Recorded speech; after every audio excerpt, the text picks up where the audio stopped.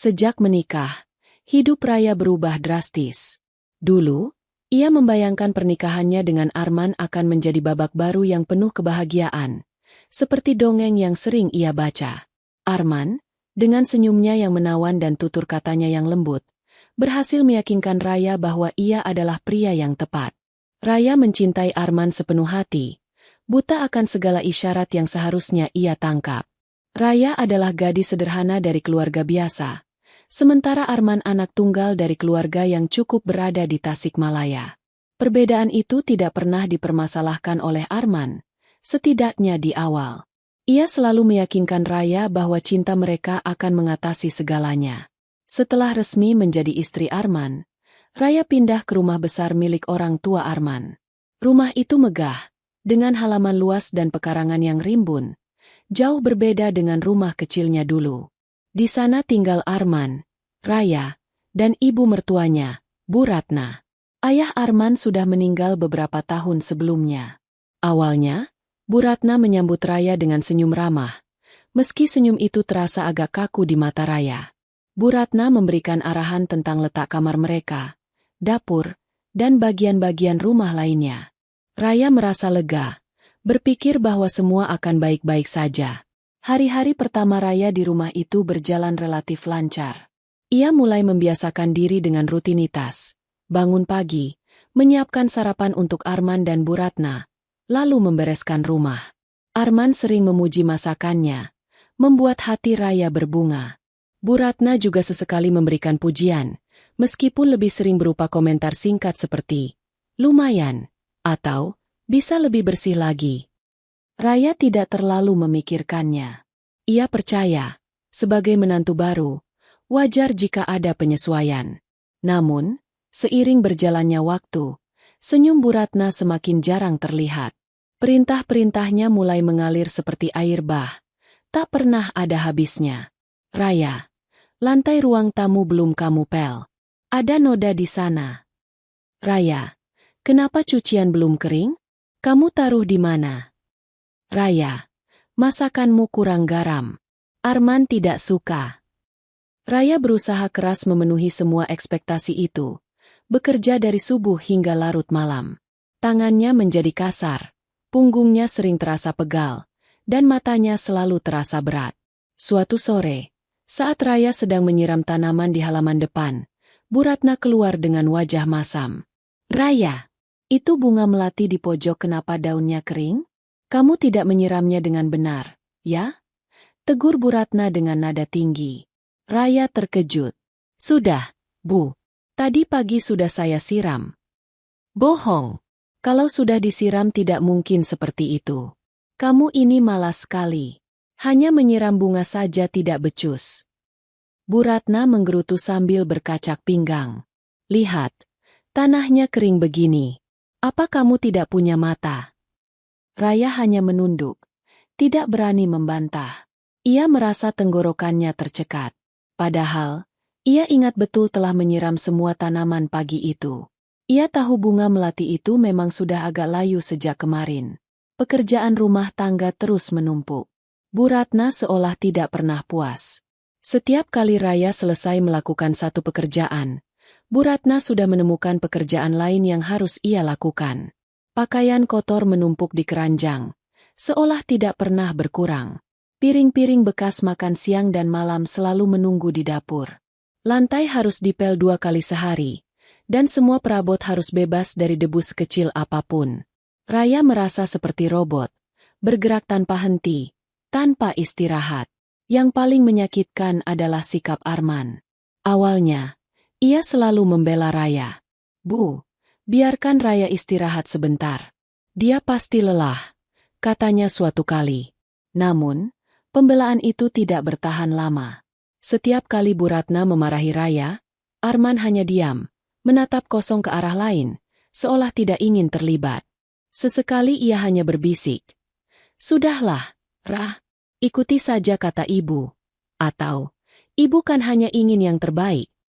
Raya merasa kecewa dan sendirian. Pria yang ia cintai, yang seharusnya menjadi pelindungnya, kini hanya menjadi penonton bisu. Suatu malam, Raya memberanikan diri berbicara pada Arman di kamar mereka. "Mas, apa ibu tidak terlalu banyak menyuruhku? Aku merasa tidak sanggup lagi." Arman sedang sibuk dengan ponselnya. Ia mendongak sebentar. "Ibu kan memang seperti itu, Rah. Dia kan sudah tua. Jadi ingin semuanya rapi. Kamu juga harus pengertian." "Tapi, Mas, aku ini istrimu, bukan pembantu. Aku juga butuh istirahat," kata Raya.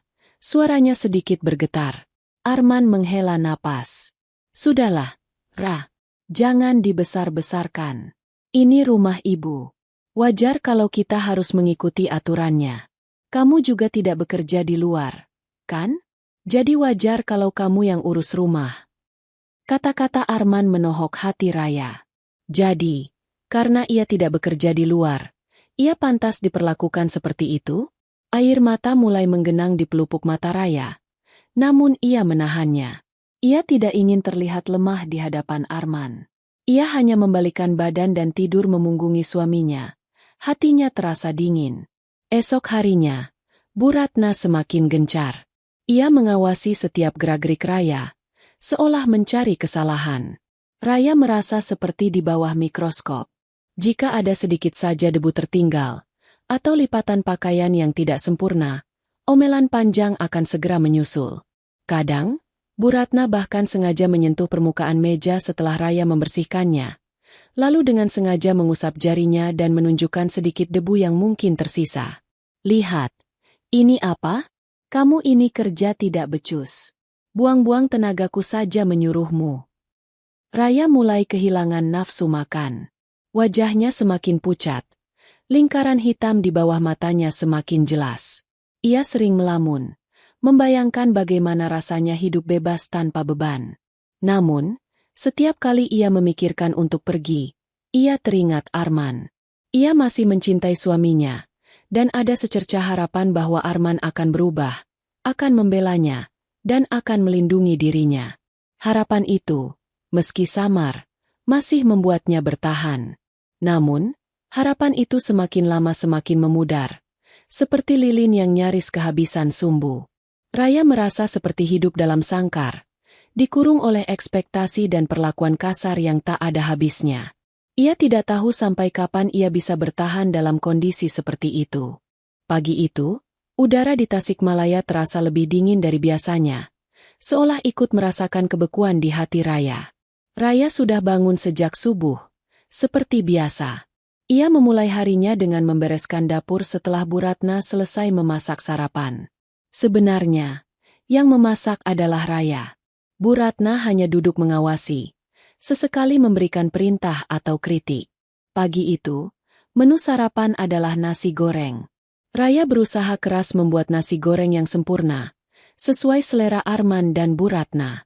Namun, tetap saja Bu Ratna menemukan celah. "Nasi gorengmu ini kurang kecap," kata Bu Ratna datar setelah mencicipi sesendok. "Rasanya hambar." Raya hanya diam, menunduk. Ia sudah menambahkan kecap sesuai takaran yang biasa. "Apa kamu tidak dengar saya bicara? Saya bilang hambar. Mau saya sumpel mulutmu dengan nasi goreng ini?" Nada suara Bu Ratna naik. Arman, yang sedang makan di meja makan, hanya menatap piringnya. Ia tidak mengatakan apa-apa. Raya merasakan perih di dadanya, seperti ada yang meremas jantungnya. Ia ingin sekali berteriak, membalas, tapi lidahnya keluh. Setelah sarapan, tumpukan cucian sudah menunggu di kamar mandi. Bu Ratna memiliki kebiasaan mencuci pakaian setiap hari, bahkan jika hanya sedikit. Pakaian-pakaiannya harus dicuci terpisah dari pakaian Arman dan Raya, dengan deterjen khusus yang lebih mahal. Hari itu, cucian Bu Ratna adalah beberapa helai kebaya dan kain batik sutra yang harus dicuci dengan tangan dan sangat hati-hati. Raya mulai mencuci, merendam satu persatu pakaian itu dengan lembut, menggosoknya perlahan agar tidak rusak. Sudah hampir 1 jam ia berkutat di kamar mandi sempit itu. Tangannya terasa pegal dan dingin karena terus-menerus terendam air sabun. Saat Raya sedang membilas kain batik terakhir, tiba-tiba Bu Ratna muncul di ambang pintu kamar mandi. Wajahnya terlihat sangat marah. Raya merasakan firasat buruk. Raya, apa yang kamu lakukan pada kebaya saya? Teriak Bu Ratna. Raya terkejut. Air sabun hampir tumpah dari tangannya. Ada apa, Bu? Lihat ini. Kebaya saya sobek. Kamu ini bodoh atau sengaja ingin merusak barang-barang saya? Hah? Bu Ratna menunjukkan sehelai kebaya brokat berwarna biru muda yang di bagian lengannya memang terlihat ada sedikit sobekan kecil. Nyaris tak terlihat. Raya membelalakan mata. Ia ingat betul sudah mencuci kebaya itu dengan sangat hati-hati. Sobekan itu tidak ada saat ia mencuci. Tidak, Bu. Saya tidak merusaknya. Tadi saya cuci pelan-pelan sekali. Pembohong. Kamu selalu mencari alasan. Kamu ini memang tidak berguna. Sudah makan gratis, numpang hidup, merusak barang-barang orang pula. Bu Ratna melangkah masuk. Wajahnya merah padam. Raya mundur selangkah. Ia merasa ketakutan melihat sorot mata Bu Ratna yang penuh amarah. Sungguh, Bu, saya tidak melakukannya. Diam. Kamu pikir saya percaya dengan omonganmu? Bu Ratna tiba-tiba mengambil gayung yang berisi air sisa bilasan cucian, air keruh bekas sabun dan kotoran.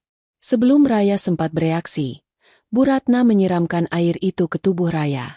Air dingin dan kotor itu langsung mengguyur kepala Raya, membasahi rambut, wajah, dan seluruh pakaiannya.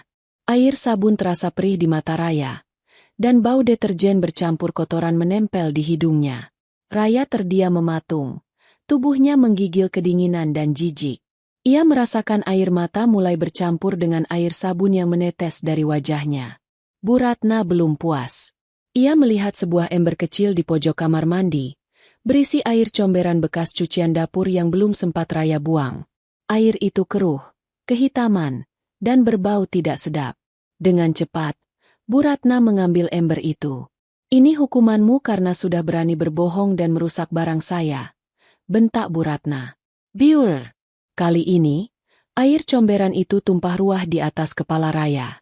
Baunya menusuk hidung, membuat Raya mual. Air kotor itu membasahi semua pakaian yang melekat di tubuhnya, bahkan mengalir ke dalam sepatunya. Rambut Raya lepek dan lengket. Wajahnya basah oleh air jijik itu. Raya merasa seluruh tubuhnya gemetar. Ia tidak bisa lagi menahan air matanya. Tangisnya pecah. Isak tangis yang tertahan selama berbulan-bulan kini keluar dengan derasnya. Menangis saja. Percuma kamu menangis. Itu pantas untukmu. Menantu tidak tahu diuntung. Ejek Bu Ratna. Raya tersungkur ke lantai, berlutut di tengah genangan air kotor. Ia tidak sanggup lagi berdiri. Hatinya hancur berkeping-keping. Ia merasa begitu rendah, begitu hina, seperti sampah yang tidak layak. Semua harga dirinya telah diinjak-injak. Bu, apa yang ibu lakukan? Tiba-tiba, suara Arman terdengar dari pintu kamar mandi. Arman yang baru pulang dari luar rumah, terkejut melihat pemandangan itu. Raya menoleh, berharap Arman akan membelanya, akan memarahi ibunya. Namun, yang ia lihat hanya ekspresi terkejut yang cepat berubah menjadi cemas dan bingung. Dia ini, Mas, sudah merusak kebaya ibu, kata Bu Ratna, menunjuk Raya dengan jari telunjuknya. Tapi, Bu, ini kan keterlaluan.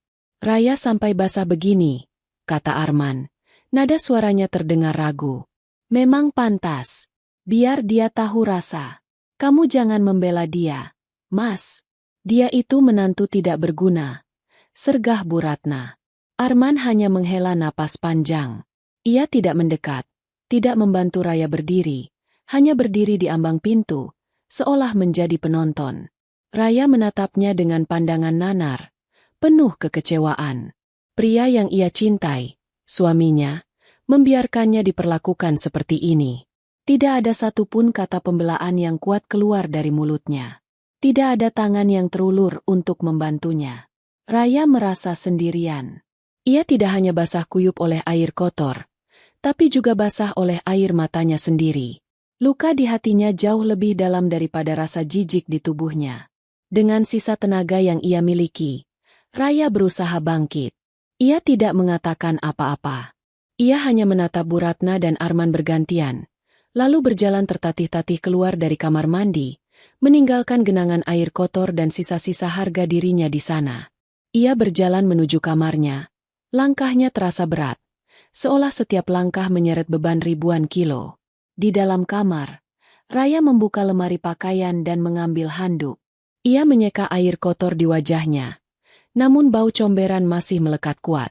Ia tidak hanya merasa kotor secara fisik, tetapi juga secara batin.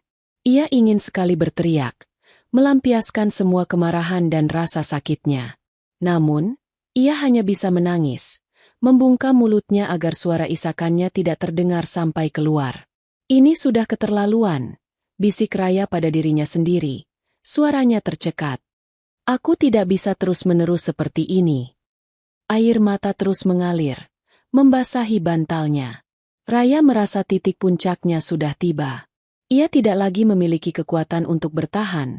Tidak ada lagi harapan yang tersisa untuk Arman atau untuk kehidupan di rumah ini.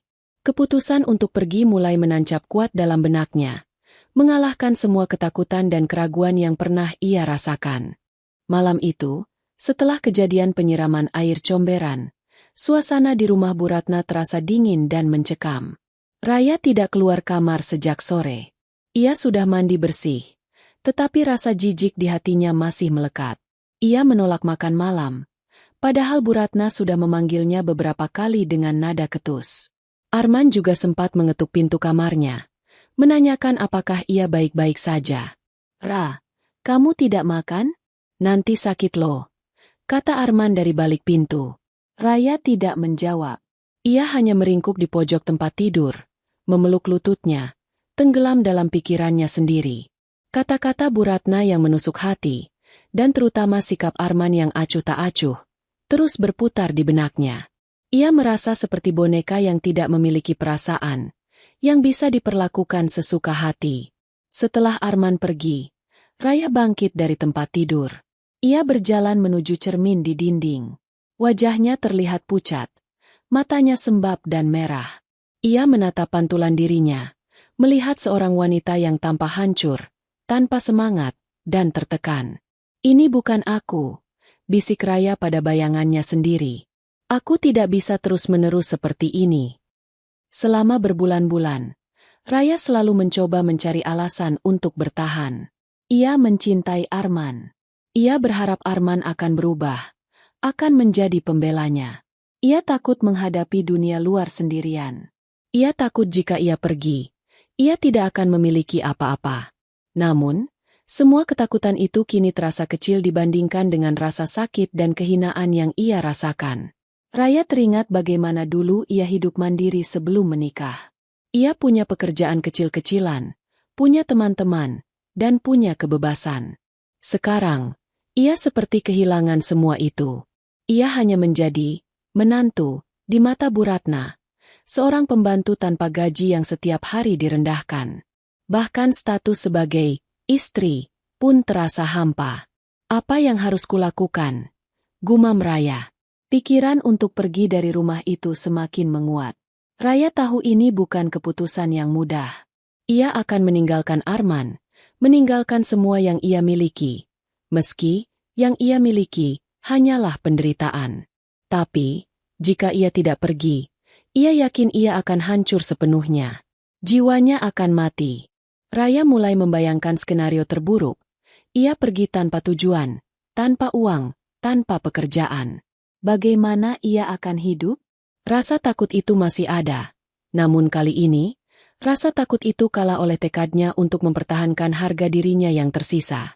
Ia tidak ingin lagi hidup dalam bayangan kehinaan. Malam semakin larut. Suara jangkrik di luar jendela terdengar jelas. Raya masih terjaga, membolak-balikan badan di tempat tidur. Ia memikirkan orang tuanya. Jika mereka tahu apa yang ia alami, mereka pasti akan sangat sedih. Tapi Raya tidak pernah bercerita. Ia selalu berkata bahwa ia bahagia, tidak ingin membebani pikiran mereka. Keputusannya ini akan sangat menyakitkan bagi orang tuanya, terutama ibunya. Ia memejamkan mata, mencoba membayangkan masa depannya. Jika ia tetap di sini, ia hanya akan semakin terpuruk. Jika ia pergi, ia mungkin akan kesulitan di awal, Tetapi setidaknya ia memiliki kesempatan untuk membangun kembali hidupnya, kesempatan untuk bernapas bebas. Sebuah gambaran samar muncul di benak Raya. Dirinya yang dulu, sebelum menikah, penuh semangat, penuh harapan. Ia ingin kembali menjadi dirinya yang seperti itu. Ia ingin tertawa tanpa beban, bekerja tanpa rasa takut, dan tidur tanpa dihantui perasaan cemas. Aku harus pergi, kata Raya akhirnya. Suaranya mantap, meski masih ada getaran di sana. Keputusan itu kini bulat, tidak bisa diganggu-gugat. Ia tidak bisa lagi menunda-nunda. Raya mulai berpikir secara praktis. Kapan ia akan pergi? Bagaimana ia akan pergi? Ia tidak ingin ada drama. Ia ingin pergi diam-diam, tanpa perpisahan yang menyakitkan dengan Arman atau konfrontasi yang semakin memperburuk keadaan dengan Bu Ratna. Pagi hari, saat Bu Ratna sedang sibuk dengan rutinitasnya, atau saat Arman sudah berangkat kerja, mungkin itu waktu yang tepat. Ia tidak punya banyak barang berharga. Beberapa pakaian, kartu identitas, dan sedikit uang tunai yang ia simpan diam-diam selama ini. Itu saja sudah cukup. Ia tidak akan mengambil apapun yang bukan miliknya. Raya hanya ingin melepaskan diri dari belenggu ini. Raya membuka laci meja samping tempat tidur. Ia mengeluarkan sebuah dompet kecil lusuh. Di dalamnya ada beberapa lembar uang kertas yang sudah ia tabung dari pemberian Arman, atau dari hasil menjual kerajinan tangan kecil-kecilan yang dulu ia buat. Jumlahnya tidak seberapa. Mungkin hanya cukup untuk bertahan beberapa hari. Tapi itu lebih baik daripada tidak ada sama sekali. Ia juga mengambil buku catatan kecil dan pena. Di sana, ia menulis sebuah surat singkat untuk Arman. Tulisannya gemetar, tapi ia berusaha keras agar tetap terbaca. Mas Arman, aku tahu surat ini akan mengejutkanmu. Aku minta maaf karena pergi seperti ini. Tapi aku sudah tidak sanggup lagi. Aku sudah mencoba bertahan sekuat tenaga. Tapi aku tidak bisa. Aku merasa seperti bukan diriku sendiri lagi di sini. Aku tidak bisa terus hidup dalam perlakuan seperti ini. Aku pergi untuk mencari kedamaian dan kebahagiaanku sendiri. Semoga kamu baik-baik saja. Raya. Ia tidak menulis apapun untuk Bu Ratna. Tidak ada gunanya. Bu Ratna tidak akan peduli. Dan Raya tidak ingin membuang-buang tenaganya. Surat itu ia letakkan di atas bantal Arman. Ia ingin Arman tahu alasannya pergi. Meskipun ia tidak yakin Arman akan benar-benar mengerti. Ia hanya ingin menyampaikan perasaannya untuk terakhir kali sebelum ia benar-benar menghilang dari kehidupan ini. Setelah menulis surat, Raya mulai mengemasi barang-barangnya. Hanya beberapa potong pakaian yang masih layak pakai, sikat gigi, dan beberapa barang pribadi yang sangat penting. Ia memasukkannya ke dalam sebuah tas ransel kecil yang sudah lama tidak terpakai. Gerakannya pelan dan hati-hati agar tidak menimbulkan suara. Ia tidak ingin ketahuan. Pikirannya masih kalut, namun hatinya terasa sedikit lebih ringan. Keputusan telah dibuat. Tidak ada jalan kembali. Ia harus berani. Ia harus bangkit. Ia harus mencari kebahagiaannya sendiri. Rasa takut masih ada, tapi kini ia ditemani oleh tekad yang membara. Ia tahu, perjalanan ini akan sulit, tetapi ia siap menghadapinya. Ia tidak ingin lagi menjadi korban. Ia ingin menjadi penentu nasibnya sendiri. Raya memejamkan mata, mengambil napas dalam-dalam, dan bersiap untuk menghadapi babak baru dalam hidupnya. Fajar akan segera menyingsing, dan bersamaan dengan itu, ia akan melangkah keluar menuju kebebasan yang ia impikan. Pagi itu, sebelum matahari benar-benar naik, Raya sudah terjaga. Jam di dinding menunjukkan pukul 4 pagi. Udara masih terasa dingin dan sunyi. Hanya ada suara jangkrik yang samar-samar dan kokok ayam jantan dari kejauhan. Raya bergerak sepelan mungkin, takut menimbulkan suara yang bisa membangunkan Bu Ratna atau Arman. Ia sudah mengenakan pakaian paling sederhananya, celana panjang dan kaos gelap. Tas ransel kecilnya yang sudah berisi beberapa barang penting ia sandang di punggung. Jantungnya berdebar kencang, antara takut dan lega. Ini adalah momen yang ia tunggu-tunggu. Sekaligus momen yang paling ia takuti. Raya melirik ke arah tempat tidur Arman. Arman masih terlelap. Napasnya teratur. Raya menatap wajah suaminya. Wajah yang dulu ia puja. Ada setitik kesedihan yang menyelinap di hatinya. Apakah ia akan merindukan Arman? Tapi rasa sakit yang ia alami jauh lebih besar daripada rasa cinta yang tersisa. Raya tahu, jika ia tetap di sini, ia akan semakin hancur. Ia harus menyelamatkan dirinya sendiri. Ia mengambil surat yang ia tulis semalam dari atas bantal, lalu menyelipkannya di bawah bantal Arman, agar Arman pasti menemukannya saat ia bangun nanti. Setelah itu, Raya melangkah pelan menuju pintu kamar. Ia membuka kenop pintu dengan hati-hati, memastikan tidak ada suara derit. Lorong rumah masih gelap. Raya bergerak seperti bayangan, melewati dapur, ruang tamu, hingga sampai di pintu depan.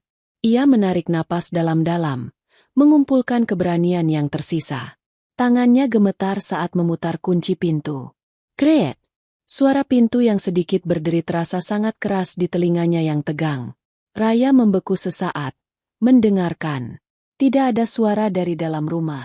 Ia menghela napas lega. Perlahan, ia membuka pintu dan melangkah keluar. Udara pagi yang dingin langsung menyapa kulitnya, membawa sedikit kelegaan. Raya menoleh sebentar ke belakang, menatap rumah besar yang selama ini menjadi nerakanya. Tidak ada penyesalan di matanya, hanya tekad. Ia menutup pintu pelan-pelan dan menguncinya dari luar dengan kunci cadangan yang selalu ia bawa. Kunci itu ia letakkan di pot bunga dekat pintu, agar Arman bisa masuk nanti. Ia tidak ingin memutuskan semua kontak. Ia hanya ingin pergi. Raya berjalan cepat menyusuri jalanan yang masih sepi. Ia tidak tahu harus kemana, tapi ia tahu ia harus menjauh dari sana secepat mungkin. Jalanan utama di luar kompleks perumahan besar itu mulai sedikit ramai dengan beberapa kendaraan yang melintas. Raya terus berjalan, mengikuti naluri. Setelah berjalan cukup jauh, ia sampai di sebuah halte bus. Ia melihat ke sekeliling. Tidak ada siapa-siapa. Raya duduk di bangku halte, memikirkan langkah selanjutnya. Ia punya sedikit uang, cukup untuk ongkos bus ke terminal, lalu mungkin ke kota lain yang lebih besar, atau ke rumah temannya. Ia mengeluarkan ponsel lamanya. Ada beberapa nomor yang bisa ia hubungi, termasuk nomor Rani, teman baiknya sejak kuliah yang tinggal di Bandung. Rani adalah orang yang bisa ia percaya. Raya berpikir sejenak. Apakah ia harus menghubungi Rani sekarang? Rani pasti khawatir dan mungkin akan menyuruhnya kembali. Ia ingin Rani tahu setelah ia merasa aman di suatu tempat. Ponselnya berdering. Itu Arman. Raya mengabaikannya. Ia tidak siap untuk berbicara dengan Arman sekarang. Ia butuh waktu untuk menenangkan diri dan memikirkan masa depannya. Beberapa saat kemudian, ponselnya berdering lagi, kali ini dari nomor Bu Ratna. Raya langsung mematikan ponselnya. Ia tidak ingin lagi mendengar suara mereka. Sebuah bus kota tiba. Raya tanpa ragu naik, membayar ongkos dengan uang seadanya, dan mencari tempat duduk di bagian belakang. Bus itu masih sepi, hanya ada beberapa penumpang. Raya menyandarkan kepalanya di jendela, melihat pemandangan kota Tasikmalaya yang mulai hidup. Setiap jengkal jalan yang ia lalui, setiap bangunan yang ia lihat, seolah menjadi penanda jarak yang semakin jauh dari masa lalunya yang kelam. Ia tidak tahu harus turun di mana. Tujuan terdekat adalah terminal bus antar kota. Dari sana, ia bisa naik bus ke Bandung. Rani mungkin bisa membantunya untuk sementara waktu. Pikirannya mulai sedikit jernih. Rasa takut yang tadi menyelimuti kini berganti dengan perasaan campur aduk. Kelegaan, kebebasan, tapi juga ketidakpastian. Setibanya di terminal, Raya turun dari bus kota. Terminal sudah ramai. Orang-orang berlalu lalang, berteriak menawarkan tujuan.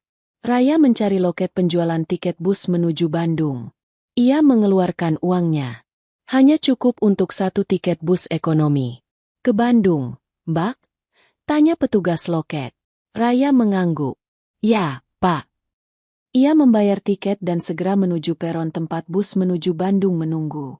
Di dalam bus, ia memilih kursi di dekat jendela lagi. Sepanjang perjalanan, ia menatap keluar, melihat sawah, kebun, dan rumah-rumah yang dilewati bus. Setiap kilometer yang ia tempuh terasa seperti pembebasan. Rasa lapar mulai melanda, tapi ia menahannya. Uangnya harus dihemat.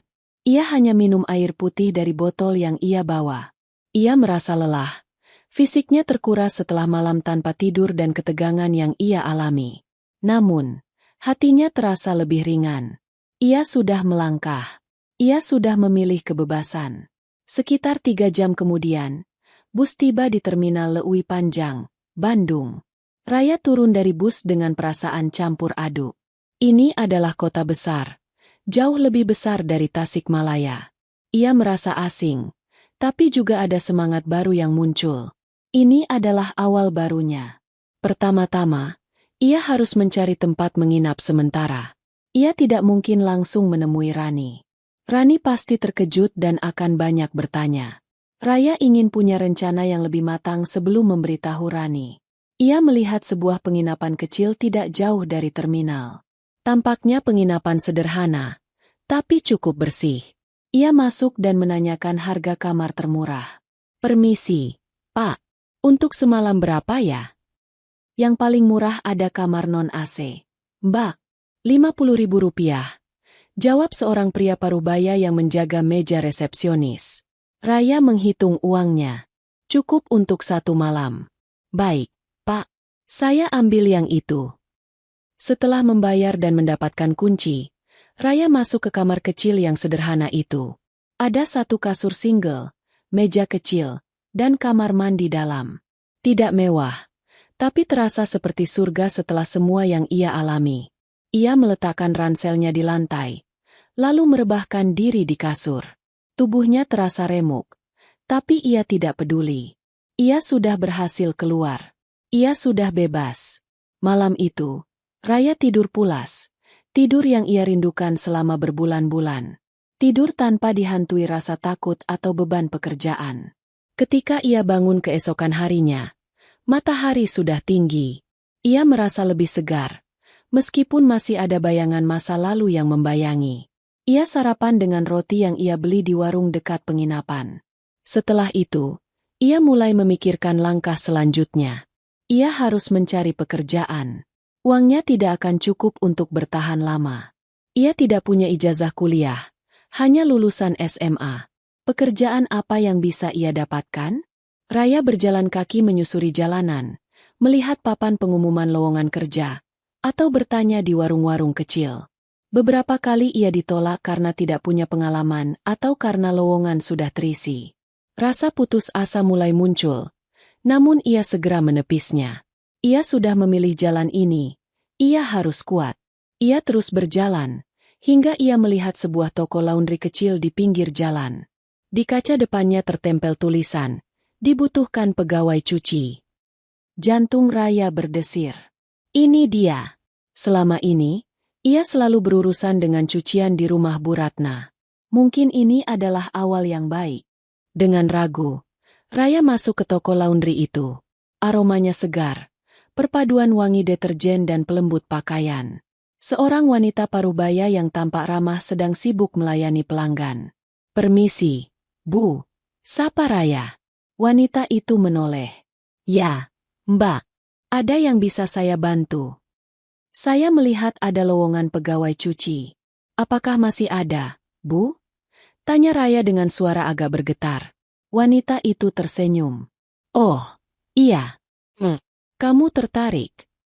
Raya mengangguk cepat. "Ya, Bu. Saya tertarik." "Baiklah. Namamu siapa?" "Raya, Bu." "Saya Bu Ida. Kamu bisa mulai besok.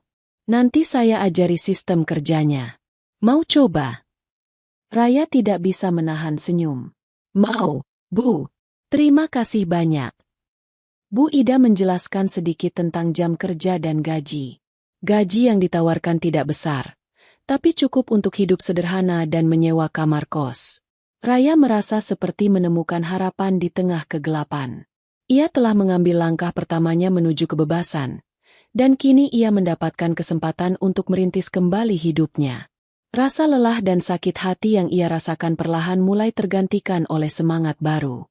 Ia tahu, jalan di depannya mungkin tidak mudah, tetapi ia siap menghadapi semua tantangan. Ia tidak akan pernah kembali ke kehidupan lamanya. Pagi itu, Raya bangun dengan perasaan sedikit berdebar. Hari ini adalah hari pertamanya bekerja di laundry bersih cemerlang milik Bu Ida. Ia mandi, memakai pakaian rapi yang ia miliki, dan berjalan kaki menuju tempat kerja barunya. Udara Bandung yang sejuk pagi itu terasa menyegarkan, berbeda dengan hawa panas dan mencekam di rumah mertuanya dulu. Saat ia tiba, Bu Ida sudah menyambutnya dengan senyum hangat. "Selamat pagi, Raya. Sudah siap?" Raya mengangguk semangat. "Siap, Bu." Bu Ida mulai menjelaskan sistem kerja di laundry. Ada mesin cuci dan pengering berkapasitas besar, area setrika, dan meja lipat. Tugas Raya adalah menerima cucian dari pelanggan, memisahkannya berdasarkan jenis dan warna, mencuci, mengeringkan, menyetrika, dan melipatnya dengan rapi. Bu Ida dengan sabar menunjukkan cara mengoperasikan mesin, takaran deterjen yang tepat, dan teknik menyetrika yang efisien. "Penting sekali ketelitian di sini, Raya," pesan Bu Ida. "Pelanggan mempercayakan pakaian mereka pada kita. Kita harus menjaga kualitas dan kebersihan." Raya menyerap setiap instruksi dengan saksama. Ia terbiasa bekerja keras, jadi fisik pekerjaan ini tidak terlalu menjadi masalah. Yang lebih penting, ia merasa dihargai. Bu Ida memperlakukannya sebagai pekerja, bukan sebagai pembantu. Ada rasa hormat dalam setiap perkataan Bu Ida. Hari pertama terasa melelahkan tapi juga memuaskan. Raya belajar banyak hal baru. Ia menyadari bahwa mencuci pakaian bukan hanya sekadar memasukkan ke mesin dan mengeluarkan, tapi ada seni dan kehati-hatian di dalamnya.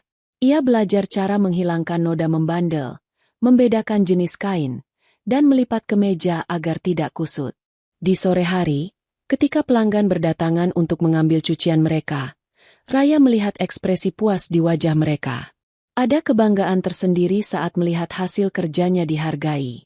Setelah bekerja selama seminggu, Raya memutuskan untuk mencari kamar kos. Uang gajinya yang pertama belum turun, tapi Bu Ida berbaik hati memberinya sedikit pinjaman untuk sewa kos. Ia menemukan sebuah kamar kos kecil tak jauh dari laundry, di gang sempit yang ramai dengan kehidupan. Kamar itu hanya berisi kasur, lemari kecil, dan kamar mandi luar. Sederhana, tapi itu adalah tempat tinggalnya sendiri, hasil dari usahanya sendiri. Untuk pertama kalinya dalam waktu yang lama, Raya merasa punya tempat bernaung yang aman dan nyaman. Setiap malam, setelah pulang kerja, Raya sering merenung. Ia tidak bisa melupakan perlakuan Bu Ratna, tapi ia berusaha untuk tidak membiarkan kenangan pahit itu menguasai dirinya. Ia menggunakan kenangan itu sebagai cambuk, motivasi untuk terus maju. Ia ingin membuktikan kepada dirinya sendiri, dan mungkin suatu hari nanti kepada Bu Ratna, bahwa ia tidak selemah yang mereka kira. Raya bekerja dengan sangat rajin. Ia selalu datang paling pagi dan pulang paling akhir. Jika ada waktu luang, ia akan belajar dari Bu Ida tentang cara mengelola keuangan laundry, cara menghitung biaya operasional, dan cara menarik pelanggan. Bu Ida, yang melihat potensi dan semangat dalam diri Raya, dengan senang hati berbagi pengetahuannya. "Raya, kamu punya bakat di bidang ini," kata Bu Ida suatu sore. "Kamu teliti, cepat belajar, dan punya inisiatif. Jarang ada anak muda sepertimu." Pujian dari Bu Ida menjadi pelecut semangat bagi Raya. Ia mulai berani memberikan ide-ide baru, seperti menawarkan jasa antar jemput cucian atau diskon untuk pelanggan setia. Beberapa ide tersebut diimplementasikan dan ternyata berhasil meningkatkan omzet laundry. Dalam beberapa bulan, Raya tidak hanya menjadi pegawai andal, tetapi juga tangan kanan Bu Ida. Ia bahkan diberi kepercayaan untuk mengelola laundry saat Bu Ida sedang tidak ada. Raya merasakan kebanggaan yang luar biasa. Ia adalah seorang pekerja keras, dan jerih payahnya dihargai. Ia tidak lagi disiram air comberan atau direndahkan. Ia adalah Raya, seorang wanita yang merintis kembali hidupnya dari nol. Ia mulai menabung sedikit demi sedikit dari gajinya. Ia ingin punya modal sendiri suatu hari nanti. Bukan untuk foya-foya, tapi untuk mencapai kemandirian yang sejati. Ia tahu, jalan masih panjang. Tapi ia sudah berada di jalur yang benar. Setiap helaan napas yang ia hirup di udara bebas Bandung adalah napas kebebasan dan harapan baru. Setahun berlalu sejak Raya meninggalkan Tasikmalaya. Kehidupannya di Bandung telah banyak berubah. Ia kini tidak lagi hanya seorang pegawai cuci biasa di laundry bersih cemerlang. Berkat ketekunan dan inisiatifnya, Bu Ida telah memberinya tanggung jawab lebih, bahkan menggajinya lebih tinggi. Raya sekarang adalah manajer operasional, yang mengurus hampir semua aspek harian laundry, dari penerimaan pesanan, pengelolaan jadwal pegawai, hingga pencatatan keuangan sederhana. Ia bahkan sesekali menggantikan Bu Ida dalam urusan pembelian deterjen dan perawatan mesin. Namun, di balik semua kesibukan itu, sebuah impian mulai tumbuh dalam benak Raya, setumbuh busa sabun yang mengembang di mesin cuci. Ia ingin memiliki usaha laundry sendiri. Impian itu tidak muncul begitu saja. Ini adalah hasil dari pengamatan dan pengalamannya selama setahun terakhir. Ia melihat potensi pasar yang besar di Bandung, terutama di area kos-kosan mahasiswa atau perumahan padat penduduk. Ia juga belajar banyak dari keberhasilan laundry bersih cemerlang, serta kekurangan-kekurangan yang bisa diperbaiki. Suatu sore, setelah laundry tutup, Raya memberanikan diri berbicara dengan Bu Ida. "Bu, saya ingin bicara sesuatu." Bu Ida menatapnya ramah. "Ada apa, Raya? Tumben serius sekali." Saya punya mimpi, Bu. Saya ingin punya usaha laundry sendiri," kata Raya, suaranya sedikit ragu. Bu Ida tidak terlihat terkejut. Ia tersenyum tipis. "Oh, jadi itu yang kamu pikirkan selama ini? Saya sudah menduganya. Raya, kamu punya potensi besar. Kenapa tidak?" Raya terkejut dengan reaksi Bu Ida. Ia kira Bu Ida akan marah atau kecewa. "Benarkah, Bu? Ibu tidak keberatan?" "Tentu saja tidak. Saya justru bangga padamu. Kamu sudah banyak membantu saya mengembangkan laundry ini. Kamu layak punya usahamu sendiri," jawab Bu Ida tulus. "Lalu, sudah sejauh mana rencanamu?" Raya mulai menjelaskan idenya. Ia ingin membuka laundry di daerah lain di Bandung yang masih kurang saingan.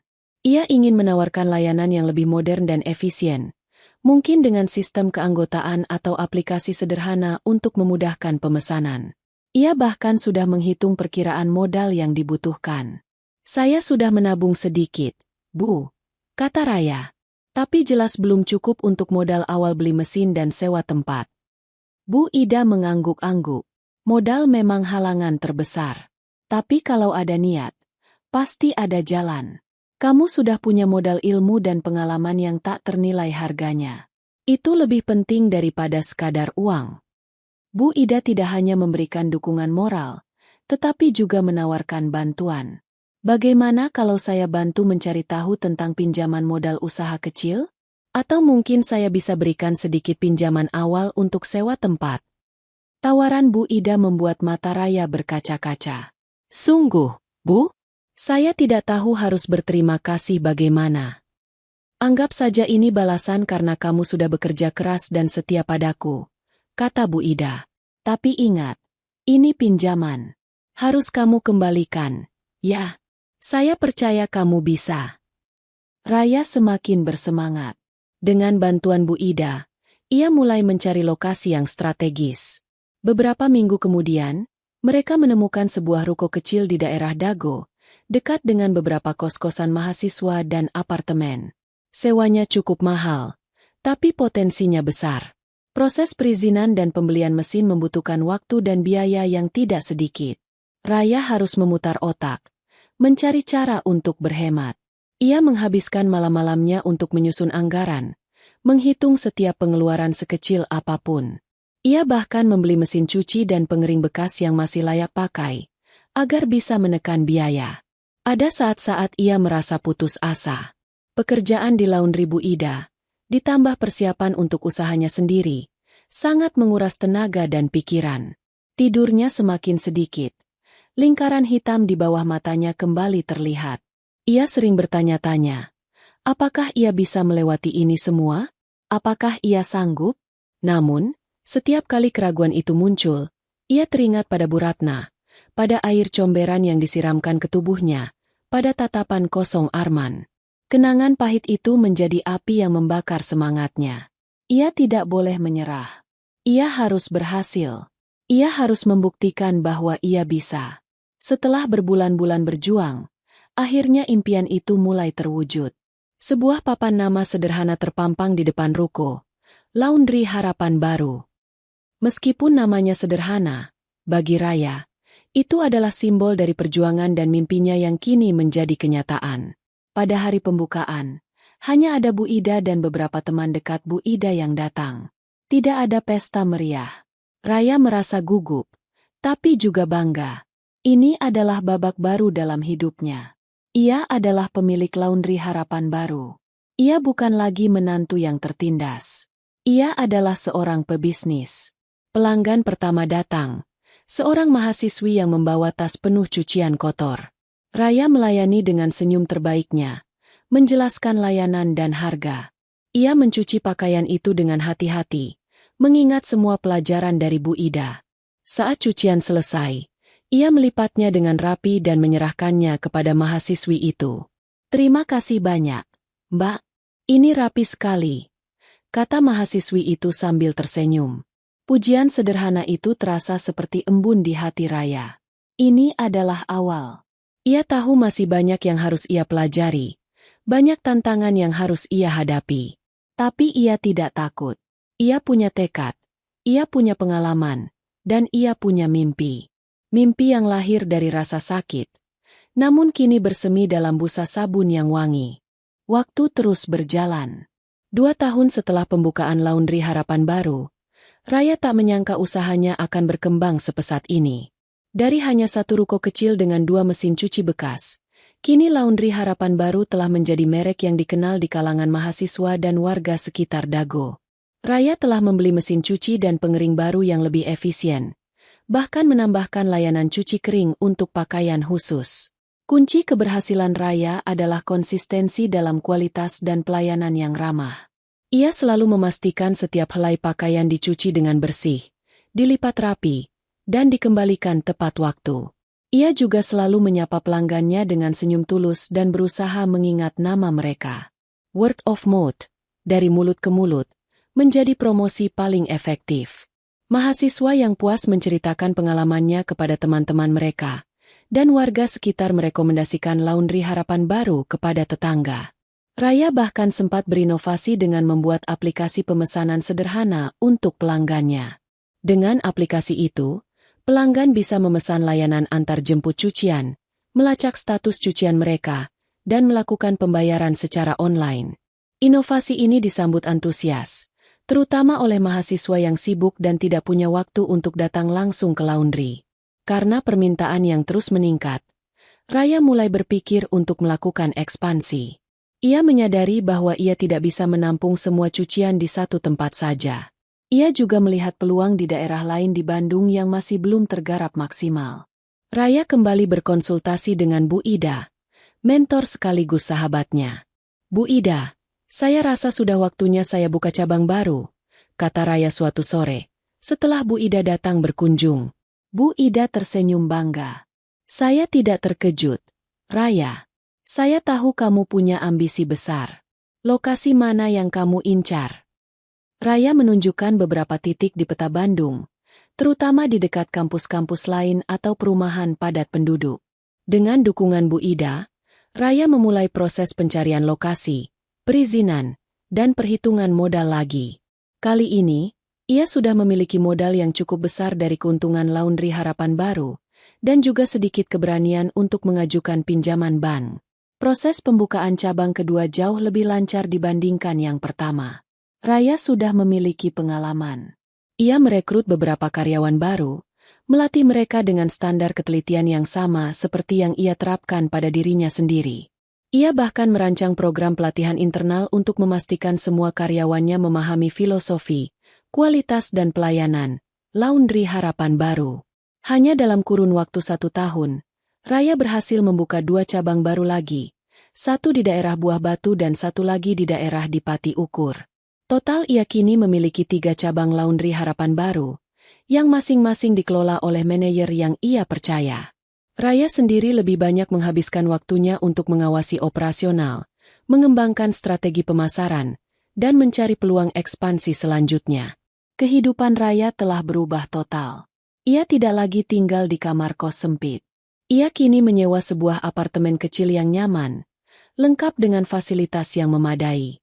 Penampilannya pun berubah. Ia selalu tampil rapi dan profesional, jauh berbeda dengan Raya yang dulu lusuh dan kuyu. Lingkaran hitam di bawah matanya sudah menghilang, digantikan oleh sorot mata yang penuh percaya diri dan semangat. Ia sering menghadiri seminar bisnis, bertemu dengan pengusaha-pengusaha lain, dan belajar tentang perkembangan tren bisnis laundry. Ia bahkan mendapatkan beberapa penghargaan sebagai pengusaha muda inspiratif dari berbagai organisasi. Namanya mulai dikenal di kalangan pebisnis laundry di Bandung. Meski sukses, Raya tidak pernah melupakan asal-usulnya. Ia selalu bersikap rendah hati dan tidak pernah sombong. Ia juga selalu mengingat Bu Ida sebagai orang yang pertama kali memberinya kesempatan dan dukungan. Setiap bulan, ia pasti menyempatkan diri mengunjungi Bu Ida, sekadar berbagi cerita atau meminta nasihat. Suatu malam, saat Raya sedang memeriksa laporan keuangan di apartemennya, ponselnya berdering. Itu panggilan dari Rani, teman lamanya yang dulu sering ia bantu mencuci pakaian. Setelah pergi dari rumah mertuanya, Raya akhirnya menghubungi Rani beberapa minggu kemudian. Rani sangat terkejut dan sempat khawatir, tapi ia mendukung keputusan Raya untuk memulai hidup baru. Hubungan mereka pun kembali terjalin erat. "Raya, kamu tidak akan percaya siapa yang aku temui di pusat perbelanjaan tadi," kata Rani. Suaranya terdengar bersemangat. "Siapa?" tanya Raya penasaran. "Ibu mertuamu, si Bu Ratna, dan Arman," seru Rani. Jantung Raya berdesir. Sudah lama sekali ia tidak mendengar kabar tentang mereka. Ia pikir ia sudah benar-benar melupakan mereka. "Bagaimana keadaan mereka?" tanya Raya, berusaha menjaga nada suaranya agar tetap tenang. "Wah, kamu tidak akan percaya. Mereka terlihat agak berantakan. Bu Ratna rambutnya sudah memutih semua, dan Arman terlihat kurus.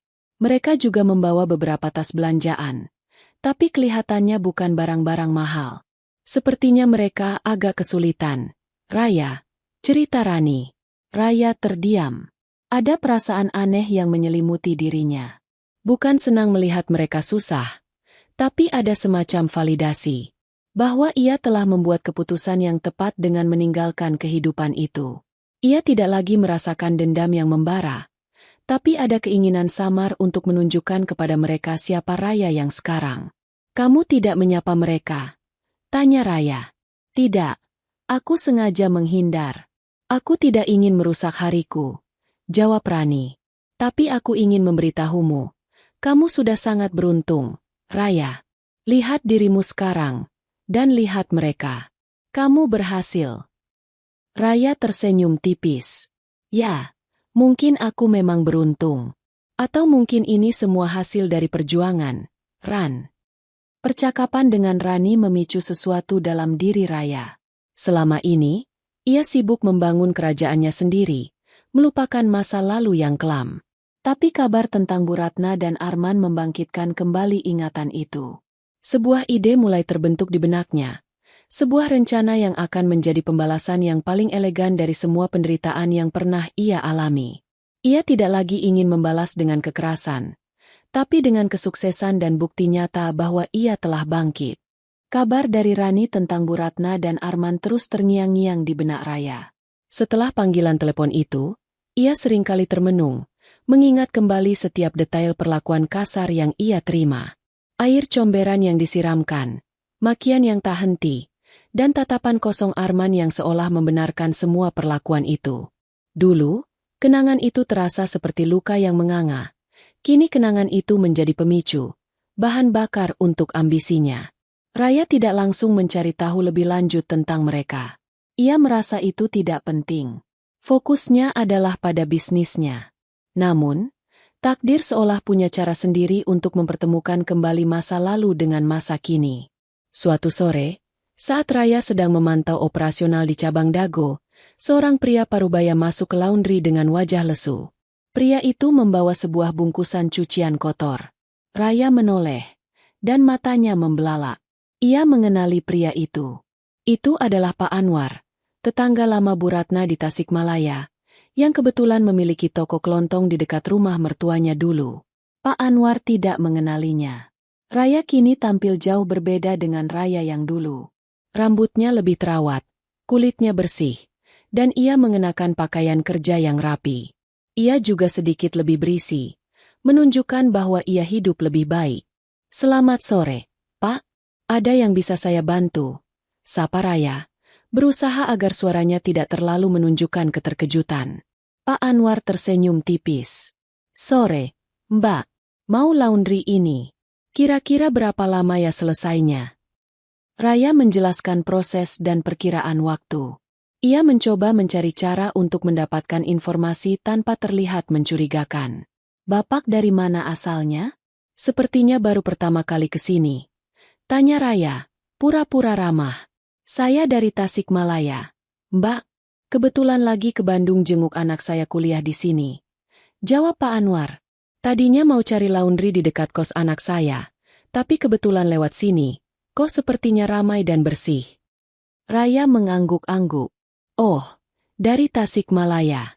Jauh sekali ya, Pak?" "Iya, Mbak. Tapi mau bagaimana lagi? Di sana hidup makin susah. Toko kelontong saya juga sepi. Jadi sering ke Bandung. Siapa tahu ada rezeki lebih," keluh Pak Anwar. Ini adalah kesempatan bagi Raya. Ia ingin tahu bagaimana keadaan mereka tanpa harus bertanya langsung. "Saya dengar Tasikmalaya memang agak sulit ya perekonomiannya sekarang? Banyak toko yang tutup." Pak Anwar menghela napas. "Betul sekali, Mbak. Apalagi di daerah saya, di sekitar perumahan itu. Dulu kan ramai, sekarang sepi. Banyak yang sudah pindah ke kota lain, termasuk keluarga Bu Ratna." Jantung Raya berdebar kencang. "Bu Ratna? Siapa itu, Pak?" Ia pura-pura tidak tahu. "Itu loh, Bu Ratna yang dulu rumahnya paling besar di sana. Yang anaknya namanya Arman. Dulu mereka kan lumayan berada. Tapi sekarang, wah saya dengar mereka juga agak kesusahan," cerita Pak Anwar. Raya mendengarkan dengan saksama. "Oh ya? Ada apa memangnya, Pak?" "Saya dengar Arman di PHK dari pekerjaannya. Proyek perusahaannya bangkrut. Sejak itu, mereka jadi serba kekurangan. Rumahnya juga katanya sudah dijual separuh. Bu Ratna jadi sering sakit-sakitan. Mas Arman juga sekarang jadi penarik ojek online. Mbak, kasihan juga sih. Padahal dulu dia anak orang kaya," jelas Pak Anwar panjang lebar. Raya mendengarkan setiap detail dengan perasaan campur aduk. Tidak ada rasa bahagia melihat mereka menderita. Justru ada rasa miris. Namun, ada kepuasan tersembunyi yang tak dapat dipungkiri. Hidup telah memutar baliknya. Mereka yang dulu merendahkannya, kini berada dalam posisi yang sulit. "Saya tidak tahu banyak sih, Mbak. Hanya dengar-dengar saja dari tetangga yang masih bertahan di sana. Tapi memang sepertinya mereka sedang tidak baik-baik saja," tambah Pak Anwar. Setelah Pak Anwar pergi, Raya duduk di kursi kerjanya, memproses semua informasi yang ia dengar. Bu Ratna sakit-sakitan, Arman menjadi ojek online, dan rumah mereka dijual. Kehidupan yang dulu tampak megah kini runtuh. Raya teringat bagaimana ia dulu disiram air comberan dan diusir dari rumah itu. Ia teringat bagaimana ia merangkak dari nol, tidur di kamar kos sempit, dan berjuang mati-matian untuk membangun bisnisnya. Kini, ia memiliki beberapa cabang laundry yang sukses, sebuah apartemen, dan kebebasan finansial. Perbedaan itu bagai langit dan bumi. Raya tidak lagi merasakan dendam membara seperti dulu. Rasa sakit hati itu telah digantikan oleh ketenangan dan kepercayaan diri. Namun, ia tidak bisa memungkiri bahwa ada keinginan kuat untuk melakukan pembalasan yang setimpal. Bukan pembalasan yang kasar, bukan dengan kekerasan fisik, melainkan pembalasan yang elegan, yang menunjukkan seberapa jauh ia telah melangkah, dan betapa mereka telah kehilangan permata yang dulu mereka sia-siakan. Sebuah ide mulai berputar di kepalanya. Bagaimana jika ia membeli properti di Tasikmalaya, di dekat bekas rumah mertuanya? Bagaimana jika ia membuka cabang laundry paling besar dan modern di sana? Ini akan menjadi bentuk pembalasan yang paling manis, tanpa harus mengucapkan sepatah kata pun. Sebuah bukti nyata atas kesuksesannya. Raya mulai merencanakan dengan saksama. Ia akan mengirimkan mata-mata ke Tasikmalaya untuk mencari lokasi strategis, mencari tahu harga properti, dan menganalisis pasar di sana. Ini bukan hanya tentang balas dendam, tetapi juga tentang mengembangkan bisnisnya ke kota asalnya. Sebuah simbol kemenangan bagi dirinya sendiri. Ia akan kembali ke Tasikmalaya, bukan sebagai menantu yang tertindas, melainkan sebagai pengusaha sukses yang disegani. Setelah mendengar kabar dari Pak Anwar dan kemudian mengutus timnya untuk melakukan survei di Tasikmalaya, Raya memantapkan niatnya. Ia tidak hanya ingin membalas dendam, tetapi juga ingin membuktikan kepada dirinya sendiri bahwa ia bisa menaklukkan kota yang pernah menjadi nerakanya. Proyek ini dinamakan Tasikmalaya Gemilang di internal perusahaannya. Pencarian lokasi di Tasikmalaya tidak mudah. Raya ingin lokasi yang sangat strategis, mudah dijangkau, dan yang terpenting, tidak terlalu jauh dari lokasi bekas rumah mertuanya.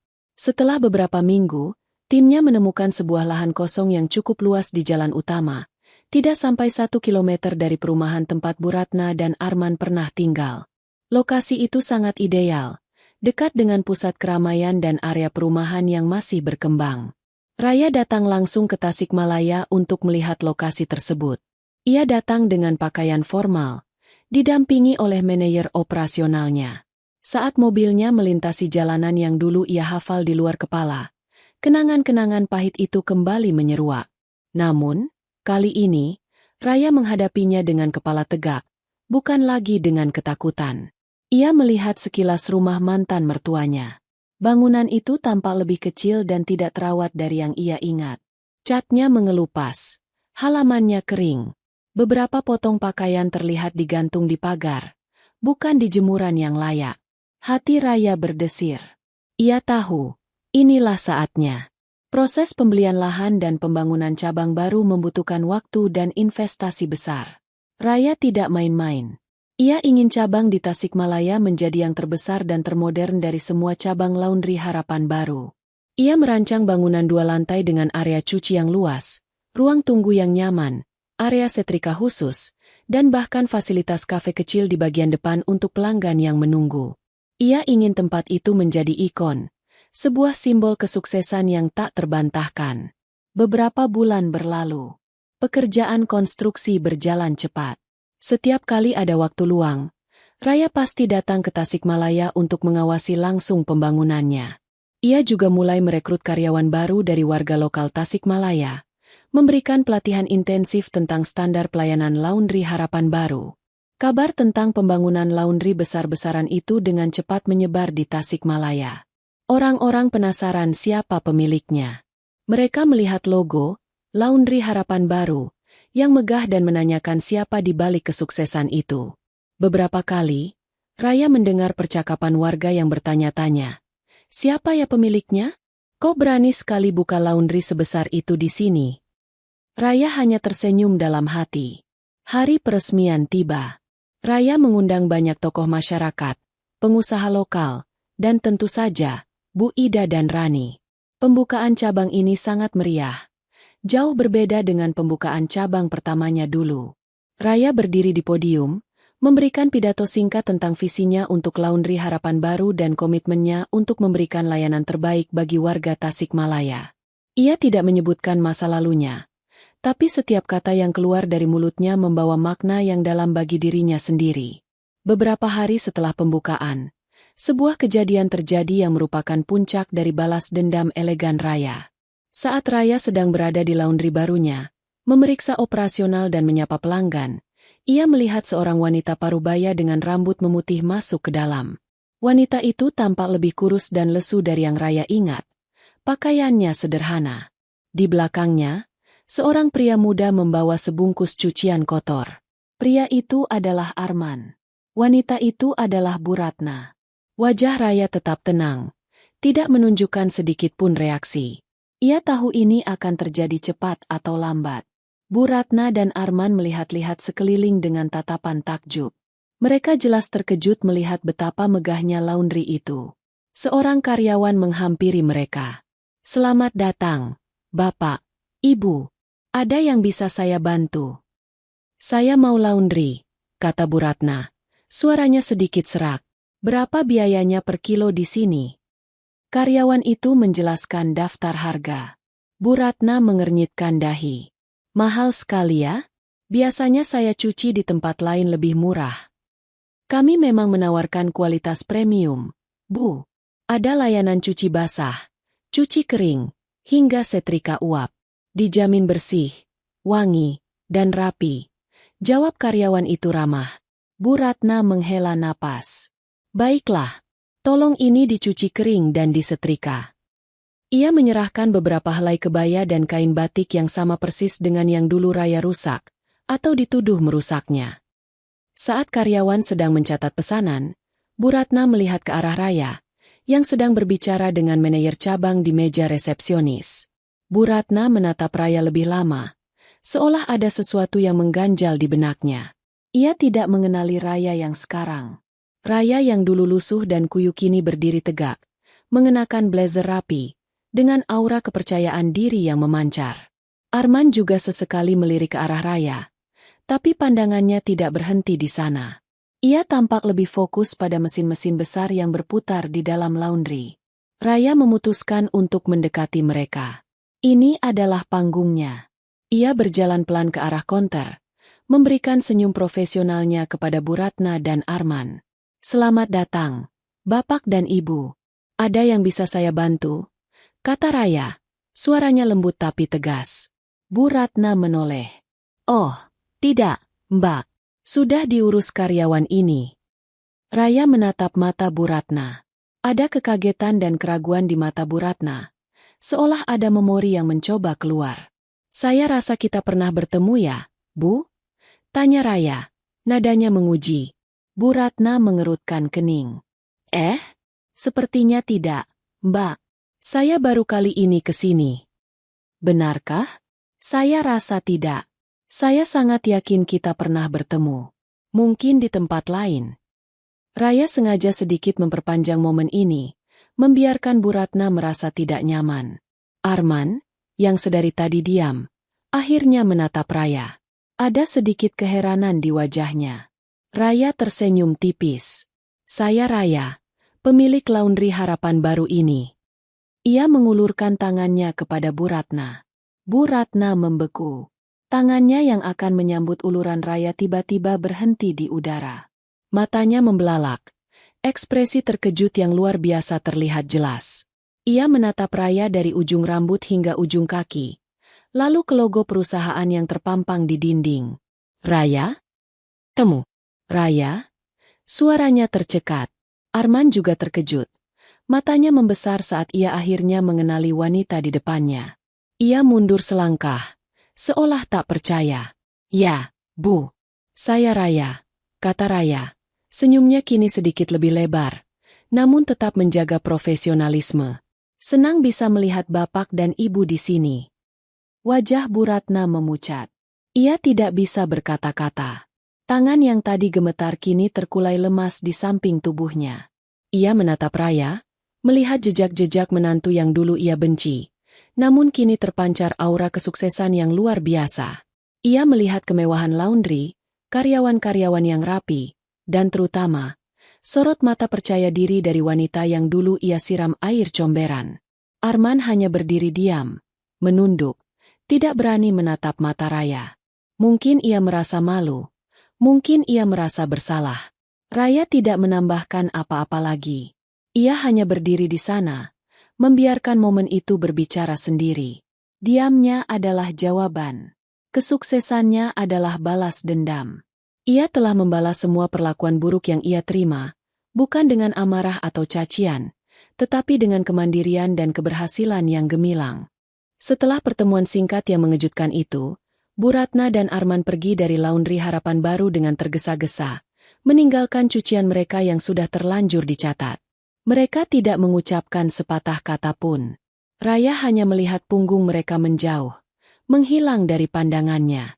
Tidak ada rasa dendam yang membara di hati Raya lagi, hanya rasa puas yang mendalam. Ia telah mencapai tujuannya. Kabar tentang Raya yang telah kembali ke Tasikmalaya sebagai pemilik laundry sukses menyebar dengan cepat di antara tetangga lama Bu Ratna. Banyak dari mereka yang terkejut, namun sebagian besar merasa kagum dengan perubahan hidup Raya. Beberapa tetangga lama bahkan datang ke laundry, hanya untuk melihat Raya dan mengucapkan selamat. Mereka yang dulu sering melihat Raya tertindas, kini melihatnya berdiri tegak, memimpin sebuah bisnis besar. Arman dan Bu Ratna tidak pernah lagi datang ke laundry Harapan Baru. Raya sesekali mendengar kabar tentang mereka dari Pak Anwar atau tetangga lama lainnya.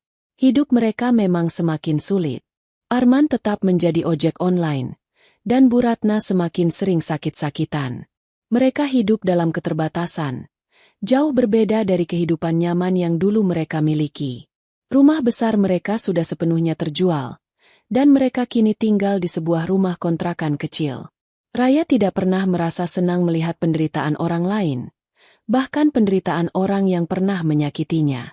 Namun, ia tidak dapat memungkiri bahwa ia merasakan keadilan. Hidup memang adil, berputar layaknya roda.